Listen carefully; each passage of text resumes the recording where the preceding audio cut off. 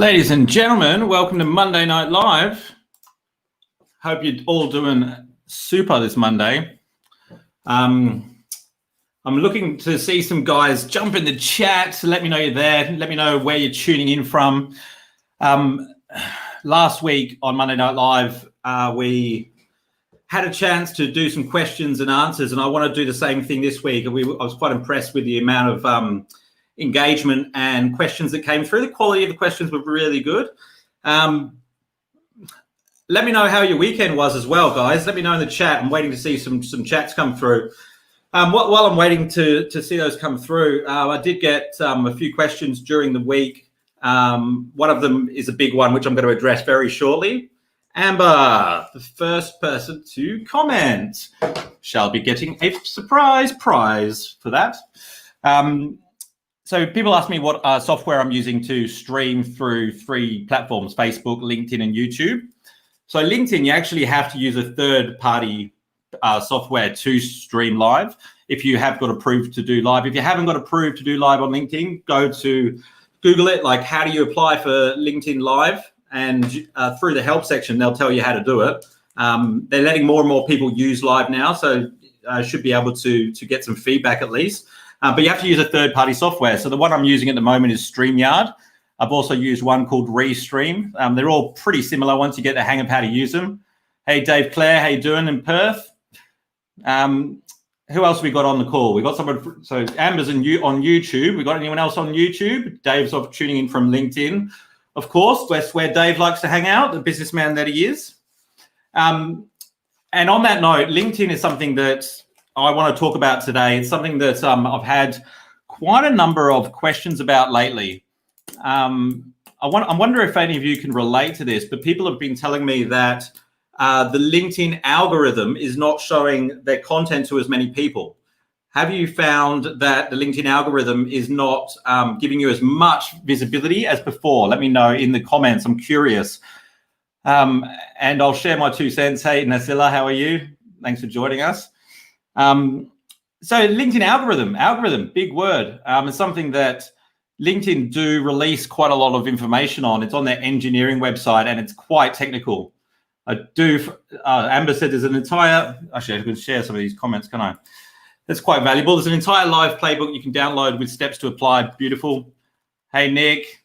Hey, mate, congratulations on your Social Media Marketing Awards finals nomination. That's absolutely fantastic, brother. Great to see. Share some of these comments coming through. Have we got anyone on Facebook? I haven't heard from anyone on Facebook yet.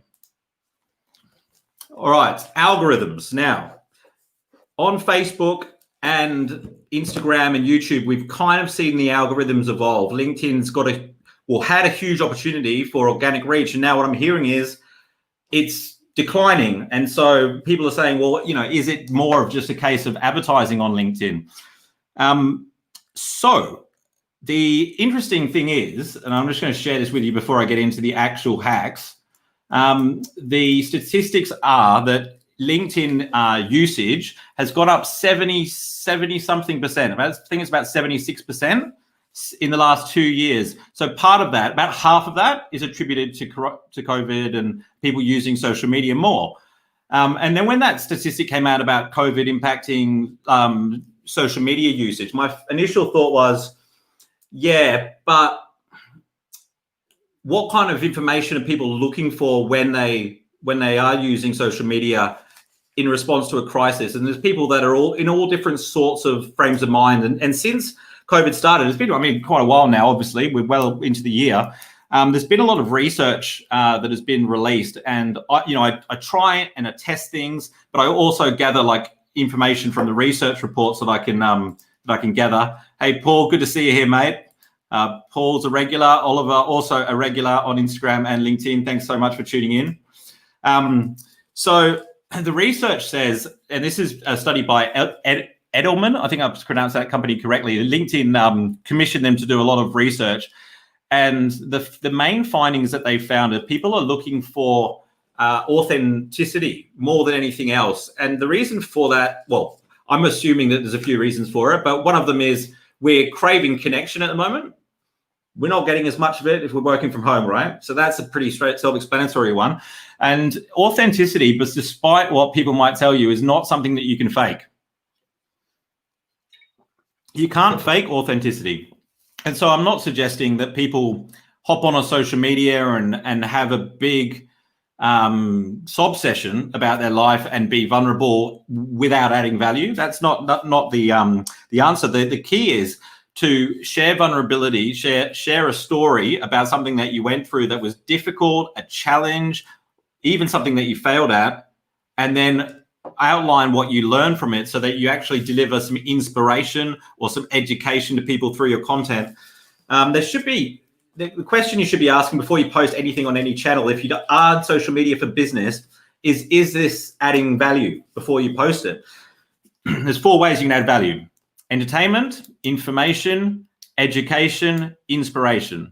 Entertainment, inspiration, information, education. So if it falls in one of those 4 categories, then post it, and the engagement will tell you whether or not it's adding value. So one of the things that I think differentiates a lot of the content creators that are doing well and the ones that aren't is how often they're posting. Now, why do I say that? Is it because of the LinkedIn algorithm? Well, it's not actually necessarily because of that, because when you look at the LinkedIn newsfeed, it's actually organized in terms of relevancy, not recency. So the most recent post not necessarily going to show at the top. It's the most relevant one to you. And so this is my argument. Hey, Paula, good to see you. Dean, network crossover, networks blending.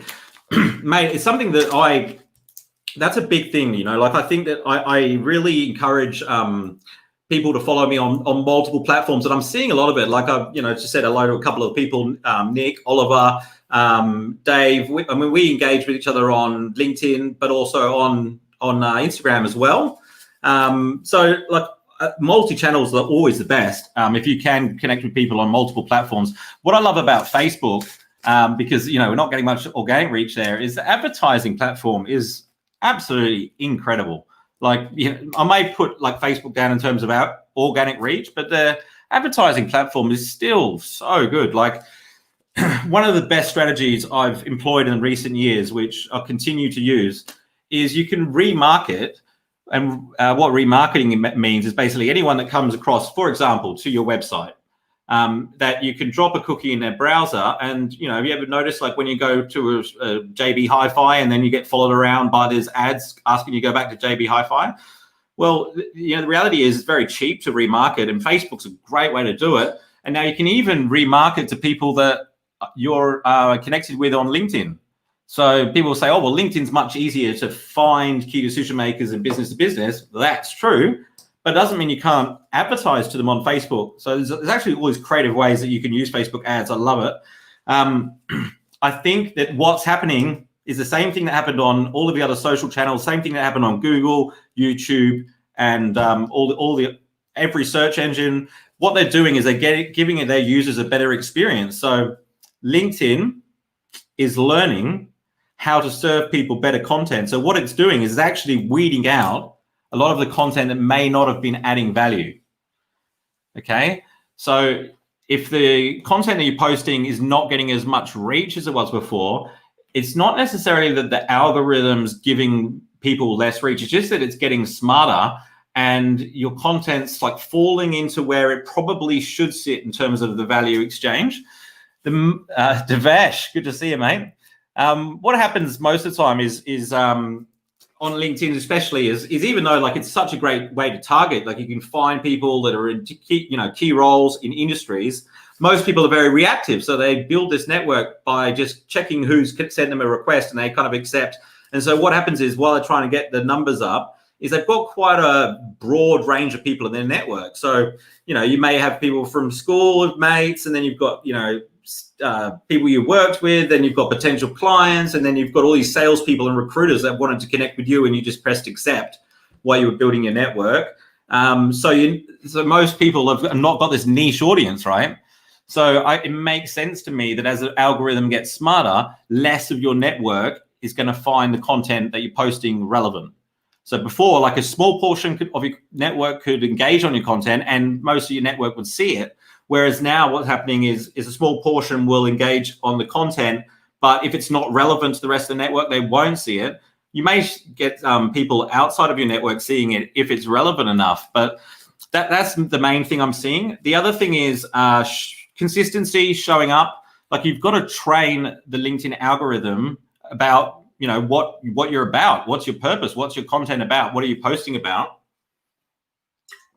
It's looking for meaningful conversations. So yes, it's important to get likes and comments, but what are those comments actually starting discussions?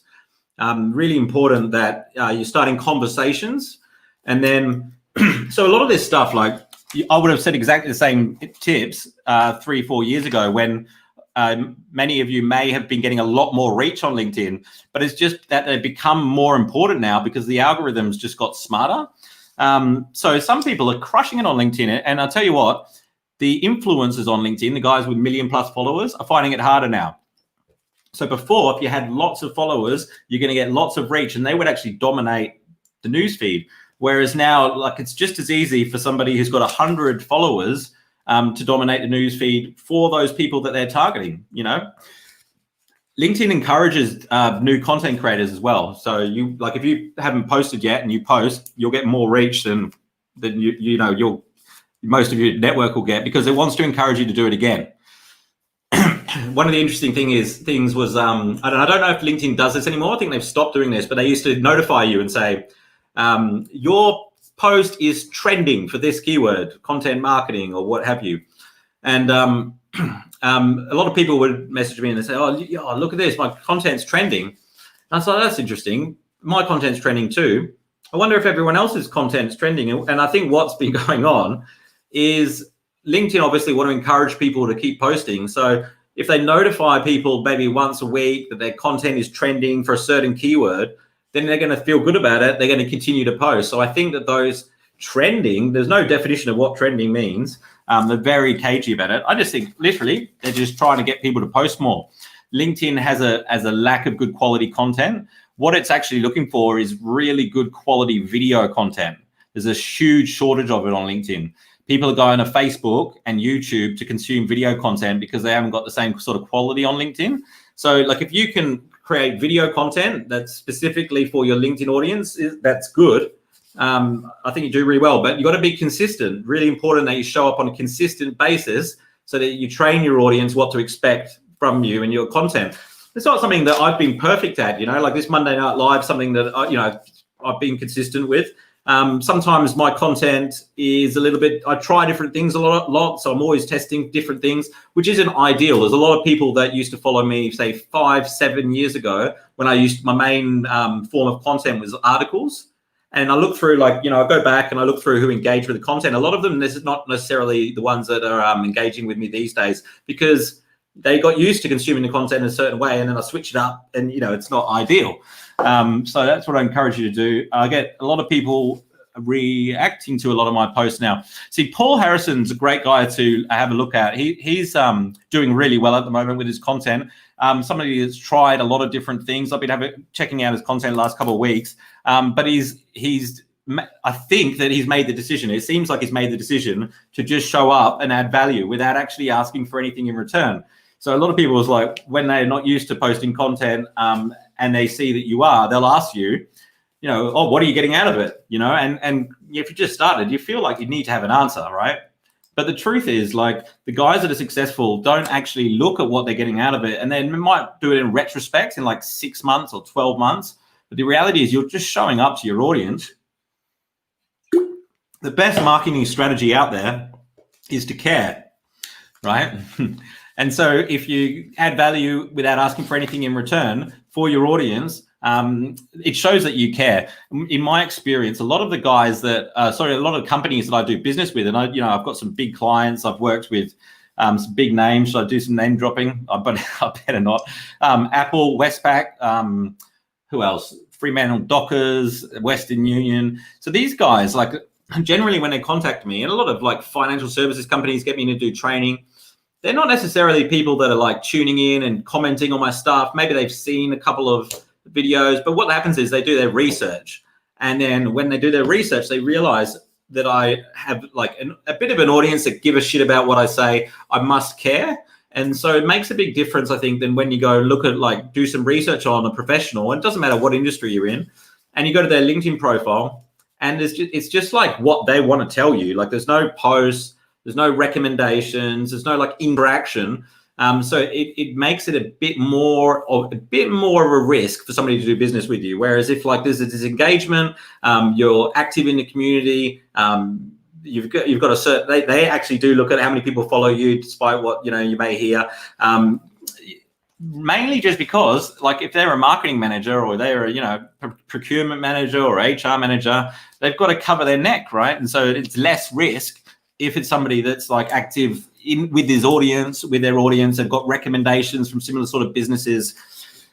So that's important. And I think that's how you get business from social media, right? I've just turned off, as of yesterday, on YouTube. For those of you that don't follow my YouTube stuff, it's about 5 weeks ago, I passed the 10,000 subscribers mark. I was quite happy. I celebrated. I've been doing YouTube videos for about 8 years to get to 10,000 subscribers. I think I've almost hit 12,000 now. So it's growing a lot quicker now that I've surpassed the 10,000 mark.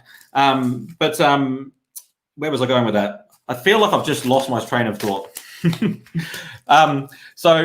That's right. Yeah. So what I wanted to come back to is we're talking about adding value. So on YouTube, like when you start getting a certain number of views, and I think I'm getting between 100 to 200,000 views a month now, is they offer you to become a YouTube partner.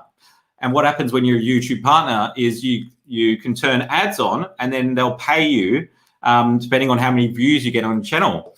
And so the first month I did it, I turned some ads on. I like tried to turn off the ones that you can't skip because I think they're annoying.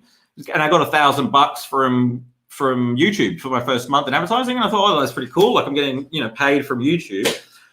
And I had this like feeling in the back of my head for the last few months, thinking, is this the right thing to be doing? People have subscribed, to my channel, and I'm throwing ads in there. But it's nothing more annoying to me when I go to watch a video and an ad comes up interrupting me. He's trying to sell a car or something. So I finally I got some feedback. Like I think I asked my mum, and my mum was like, "No, don't be silly. You ought to get revenue." And so anyway, it took me a while. But last night I turned off monetization on all of my videos, except there's like a few how-to videos which explain like how to download a LinkedIn video or how to add subtitles. And I've kept it on those ones. They're very instructional. But all of my keynotes, all my webinars, all my lives have turned monetization off, with the sole purpose of, because I think that the more value I add to my audience, it'll come back in indirect ways. And it is very difficult to measure. But this is what the mindset of a content creator that grows an audience has, because you can't really measure how much value you're adding without asking for anything in return. But all this stuff around the peripheral, I'm spending very little money on advertising. I do a bit of Facebook remarketing, do a bit of AdWords. Oh, there she is. Speak of my mother, and she does appear. I think building a brand is one of the most powerful things you can do. What will happen is, especially, with the COVID thing, like we've seen digital adoption increase from like 15% of companies to like 40% in just like literally 1 year. It's been crazy. But what's going to happen is people are going to be searching for brands. It's going to be the only thing that differentiates you from, or your business from, the next business. Because let's be honest, like if you want to buy like a Toyota Corolla and you go to one yard and they tell you one price and you get it cheaper down the road, you go down the road generally, unless there's there's a brand associated with the interaction. And so the first impression that people have is quite important, right? Now that might happen here, like in a live. Someone might come across my content, first impression, does it add value? Or it may be somebody like Googling for what you do, or Googling your name to find out more information. Maybe they've heard somebody that's doing business with you. Most of the time, like if they do that, they Google your name, that's quite a hot, like a warm sort of opportunity, because they're kind of like down the customer journey. So they're not actually just looking for solutions, alternatives. They're actually looking for more information about you individually. They'll find your social media profiles at the top of the search results. do the Google test, see what shows up. But like LinkedIn's probably going to be the first one in the search results. So it's like really important. A lot of people spend all this time posting content, generating leads, but they haven't looked at their profile in about 5 years. The LinkedIn profile, if you're using it to get customers, it's really important that it's written in a certain way. It needs to follow certain steps so that it engages your target audience. And when people try to do that, quite often they make the mistake of trying to cater for everyone. Because I say to them, you know, you need to create a niche. Like, who are you writing this to? What, you know, how many kids do they have? What do they do for fun? What magazines do they read? Who are they following? And people say, well, Nathaniel, if I can't just sell to one type of person, how am I going to run a business if I only sell to one person? But that's not actually what I'm asking them to do. What I'm asking them to do is have a clear, concise message to an individual. You pick up people around the peripheral, but the problem with trying to cater for everyone is you end up catering for no one with your copywriting. Because it's like, if you like this, I can help you with this. I can help this with, I can help you this. I can help anyone. You know, financial advisors, I can help anyone with money. And so therefore it speaks to no one. It's like, what makes you different? Great way to have a point of difference is to niche. So relevancy, also hashtags. So on LinkedIn, the hashtags may not bring in as much traffic as, say, Instagram and so on. But what I'd encourage you to do is be specific enough with your hashtags that the content's going to be relevant for a very niche sort of group, really. So look at the people who are engaging with your content. Look at what hashtags they follow. You can check that stuff out by looking at their profile. The statistic that I've found, and I think it was Agora that did this, they said that if you put one hashtag in your LinkedIn content, you'll get 30% more reach than if you don't put any hashtags. So worthwhile doing. One of the things I do is use a hashtag for Monday Night Live. So if anyone ever comes across this, you know, this live, like, and goes, wow, that was so valuable, I just want to spend all week watching Monday Night Live, so they can just click on the hashtag and away they go.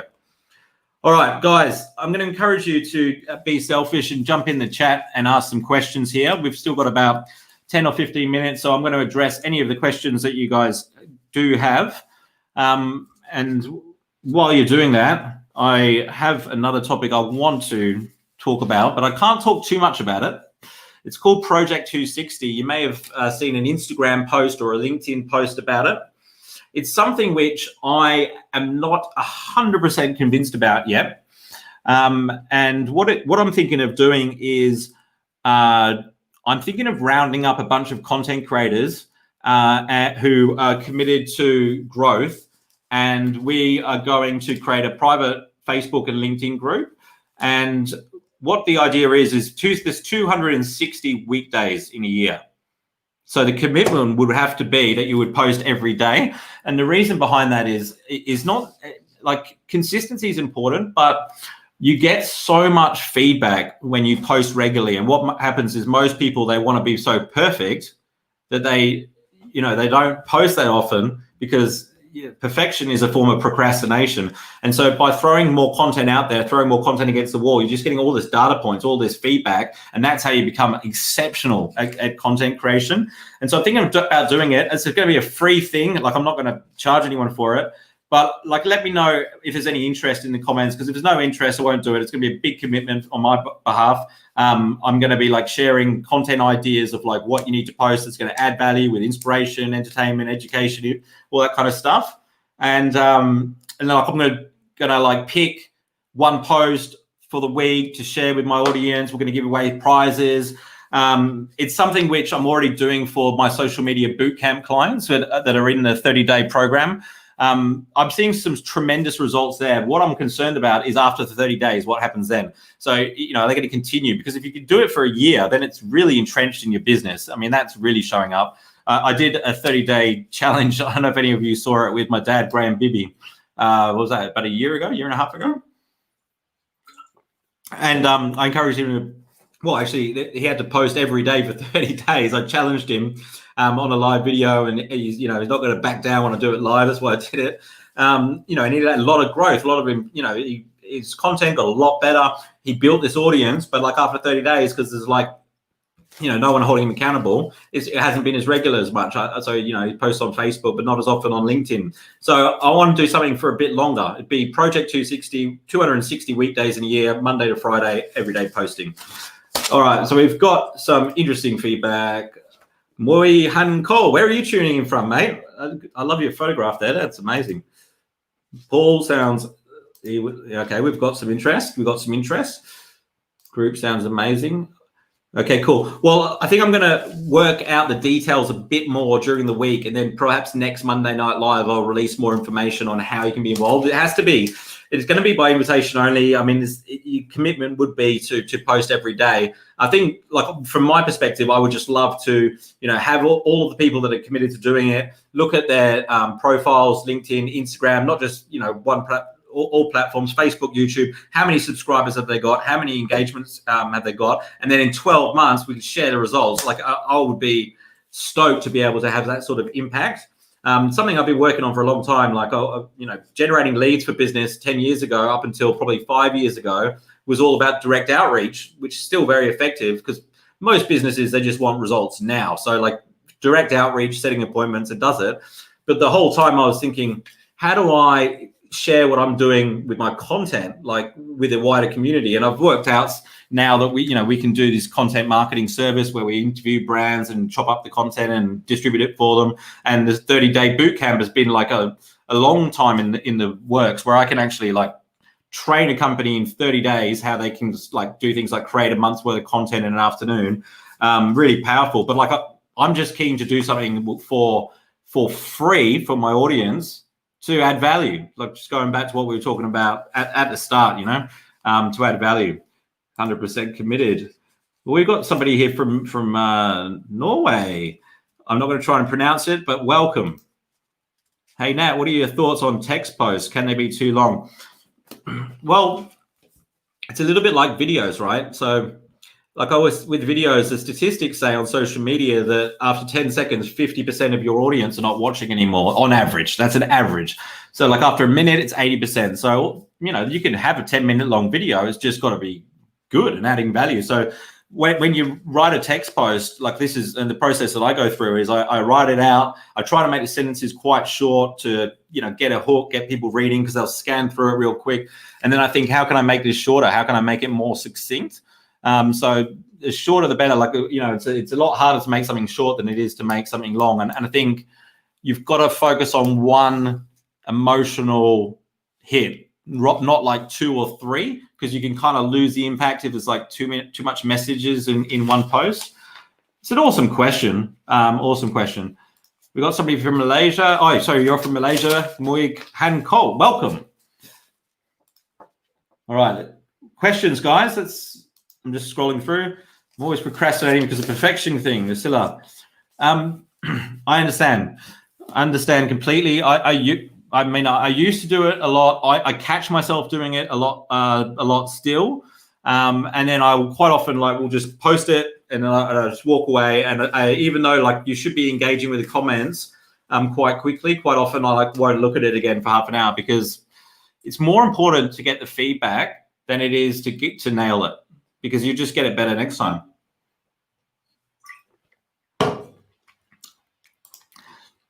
Content marketing, it's interesting with JVs. Well, so yeah, I don't know who wrote this, but if you can't post daily is too busy, it's probably because you're trying to get it perfect or procrastinating. Because we've all got, one thing we all have is time. When people tell me they don't have time, I say, well, that's one thing that you definitely do have. It's just what you choose to do with it. Either you make time or you don't. Posting a piece of content could take you 2 minutes. There's no reason. We've all got telephones, and you can share an insight, you can answer a question. You don't even have to make it about your business. Tell you what, like if you post something, this could be a good challenge for you guys this week. Post something about somebody else. Like, give value by saying, do you know what? Have you followed this guy? Like, I've learned a lot about, X from this person, or do you know what? I'm doing business with this particular company. They do this, and I think it's really inspiring, and that's awesome. And you just make it about somebody else. There's no reason why we all can't be posting content on a daily basis. But to be honest, like 90% of your competitors, and this in business, like this is the reality, 90% of your competitors are not doing anything. So, you know, even if you just did one post a week, you'd be in that 10% that cares enough to engage with their audience on scale.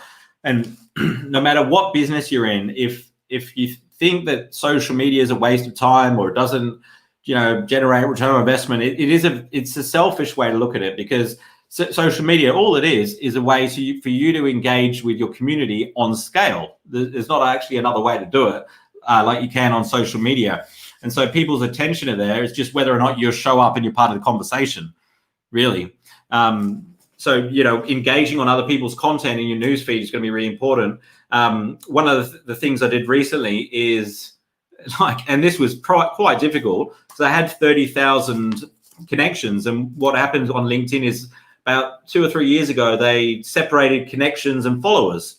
And so all the people that I was connected with, I was following as well. So I was following 30,000 people. So you can imagine my newsfeed would have just been cluttered, right, with all sorts of people. So I spent the last 6 months unfollowing everybody that I was following, and I'm slowly now following people that I want to. My newsfeed's so relevant though, like it's amazing.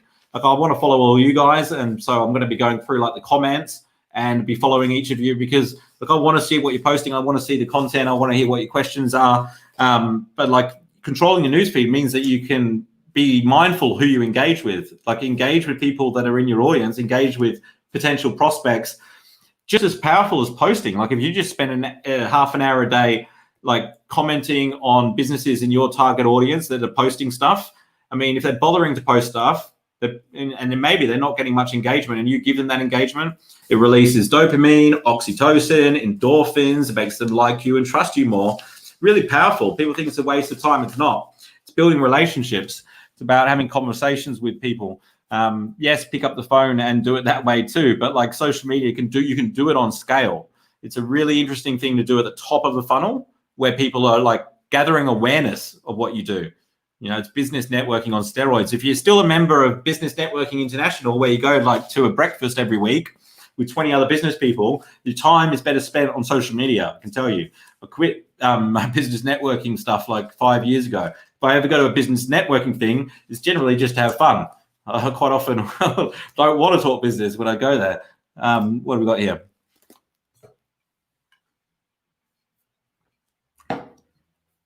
When you reshare an industry announcement, like a product release, should you also tag the person to, or just reshare from your own profile?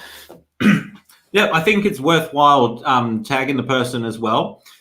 So when you share somebody's content, depending on their settings in their newsfeed, like they may get notified, oh, so-and-so shared your post. Depending on how many followers they have, they may miss that. I quite often miss them, unfortunately. So if somebody tags me, I'll get another notification that they've tagged me as well. So I'm more likely to see it.